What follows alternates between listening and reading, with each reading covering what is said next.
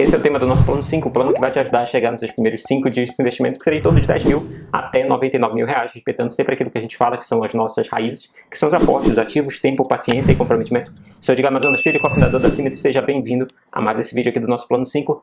Esses dois caras, que é o Ray Dalio, o fundador da Bridgewater, e o outro é o Gene Simons, que é o fundador da Renaissance, são as nossas duas principais referências, porque os dois utilizam a análise quant para operações para investimento, né? Ou seja, os seus trades. Lembrando que eu estou desmistificando a palavra trade, né? Principalmente para você ter aquela filosofia que eu costumo dizer aqui na Symmetry, que é você não se apaixonar por os investimentos. Você tem que se apaixonar pelo seu emprego, você tem que se apaixonar pela sua empresa, porque você fazendo isso, se apaixonando pela sua empresa, pelo seu emprego, você consegue mais dinheiro para você construir a sua máquina de investimentos. Caso contrário, você não tem como construir aquela máquina de investimentos, que essa máquina funciona baseada em dinheiro. Esse dinheiro vem de onde? Da sua renda ativa. Esse aqui é o portfólio de investimentos da Bridgewater, né, do Ray Dalio. Como é que ele é distribuído, tá? Aqui embaixo tem os meses e, na verdade, os trimestres, né? A gente está aqui no Q2, que seria o segundo trimestre de 2021, essa atualização que ele tem aqui. E aqui está desde 2006, né? O que a gente enxerga aqui? Em verde, predomina a parte financeira, né? Se você for olhar nesse período agora, o que aconteceu no portfólio do Ray Dalio?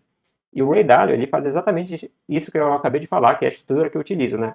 Ele separa metade em investimento passivo, ou seja, usa ETFs, e a outra metade não, né? Eu estou falando metade, né? Como se eu estivesse trabalhando lá na Bridgewater. Eu não sei qual é a porção exatamente, tá?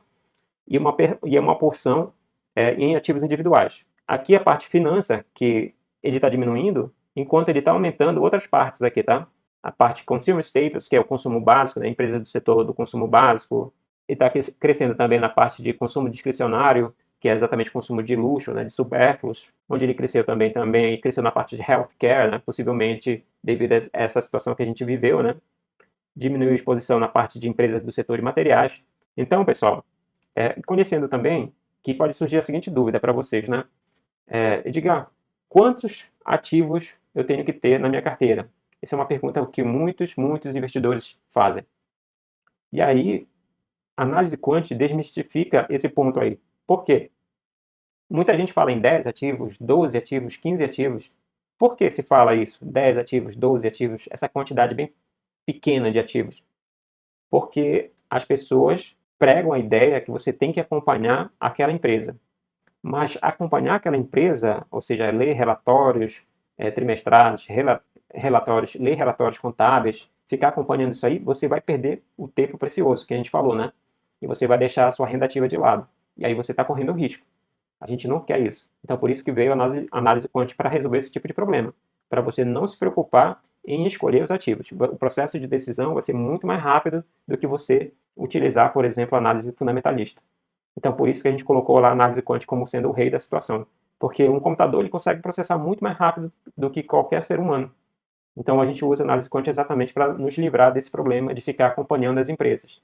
Se você ainda quer acompanhar as empresas, nada contra, mas reflita com relação a essa questão que eu falei, que é o tempo que você se dedica a essa tarefa, que é diferente do tempo que você se dedica à sua tarefa de ganhar dinheiro com a sua renda ativa, seja como empregado, seja como empresário. Então, voltando aqui, o portfólio do Ray Dalio, ele tem aqui 821 ativos, ou seja, entre ETFs e ativos individuais. Todos esses aqui, ó. VWO é a maior posição dele nesse momento, tá? Em torno de $1 bilhão. Ele tem nesse VWO. VWO é um ETF também, que trabalha com mercados emergentes. O EEM também é mercados emergentes, então ele está bem posicionado em mercados emergentes. Lembra que eu falei com relação à volatilidade, né? Porque o Brasil é um mercado emergente. Por que ele está posicionado ali? Porque os mercados emergentes, eles sofreram mais do que o mercado, por exemplo, americano. Então eles estão em queda.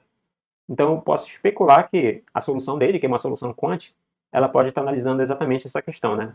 Os emergentes estão em queda, de repente é o momento para entrar, porque ele tem uma volatilidade alta, né? Os emergentes, no caso o Brasil também. Ou seja, a gente está em queda hoje na Bolsa de Valores, e de repente, depois que passar as eleições, o momento das commodities, isso aí volta, um crescimento mais forte.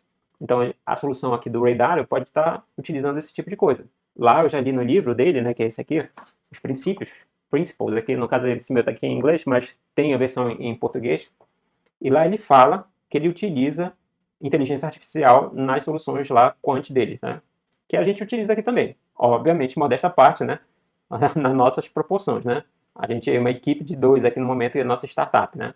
Mas futuramente, o que a gente pensa é em construir uma equipe de cientistas de dados exatamente para desenvolver modelos cada vez mais sofisticados. As nossas soluções, elas estão sempre em constante evolução. A gente tem hoje uma solução baseada em inteligência artificial para ações brasileiras, a gente vai fazer para fundos imobiliários, que está em planejamento já bem mais adiantado, a gente vai fazer para as stocks, para os REITs também, para os ETFs. Esse é o portfólio da Bridgewater. O outro portfólio é o portfólio da Renaissance, que é exatamente do Gene Simons. Lembrando, esses dados são públicos, tá? Por isso que eu estou acessando aqui livremente, tá? É obrigatório fornecer essas informações lá para a CVM americana, né? Que é a empresa que regula lá o setor de ações de ativos de renda variável. Percebo que o comportamento aqui do portfólio da Renaissance é diferente, né? Vocês lembram que eu mostrei aqui da Bridgewater tem esse comportamento.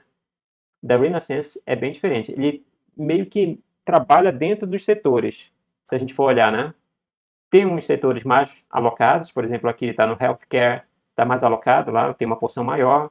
Tem porções menores, por exemplo, aqui ele tem uma porção menor no setor de energia, aqui tem uma porção menor na parte industrial, na parte de materiais, mas ele meio que divide em setores, bem diferente lá do portfólio do Ray Dalio, né, da Bridgewater. E, voltando àquela pergunta, quantos ativos, né? Pasmem, né? Aqui a gente tem 4.071 ativos, lá do Gene Simons. A pergunta é, será que ele analisa, fica acompanhando balanços, relatórios trimestrais? É claro que não, né? Como é uma solução quant, ele não faz isso. Os computadores que fazem para ele, né? Obviamente, tem todo um processo da construção de modelos, de machine learning, que a gente fez exatamente aqui na Symmetry, claro, não querendo ser audacioso a falar que os nossos modelos é parecido com o do Ray Dalio, né? Do Ray Dalio, do Gene Simons, mas a filosofia é a mesma. Pegar dados, construir modelos de machine learning, ó, que basicamente são algoritmos, testar esses modelos e colocar em prática. Foi o que a gente fez, é o que a gente faz, é o que eu faço com a minha carteira de investimentos. Eu tenho também uma carteira quant, que é a carteira quant que eu uso lá na corretora Clear. Eu tenho uma carteira quant que eu utilizo aqui no plano 5, que é um outro em que a gente utiliza 100% da nossa solução quant aqui também. E lá nos Estados Unidos, meus investimentos são basicamente, como eu falei também, metade é o portfólio do Ray Dalio, né, o All Seasons, e a outra metade ativos individuais. Mas enfim, aqui do Gene Simons, é essa quantidade de ativos que ele tem. Claro, ele pode estar distribuindo entre outros fundos, tá? Assim como o próprio Ray Dalio. A timeless rule is that an investment is a lump sum payment for a future cash flow. Diversification reduces your risk without reducing your return. And I wanted a timeless and universal way of being able to have a balanced portfolio that had a better return than cash. Cash is the worst returning asset classes.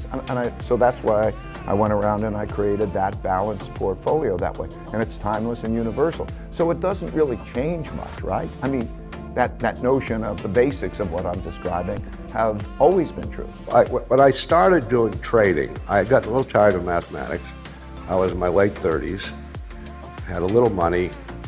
I started trading, and it went very well. I made quite a lot of money with pure luck. I mean, I think it was pure luck. It certainly wasn't mathematical modeling.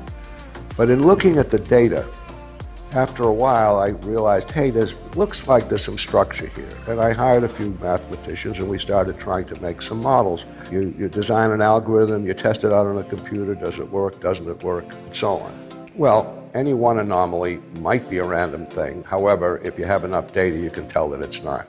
So you can see an anomaly that's persisted for a sufficiently long time so that the probability of it being random is not high.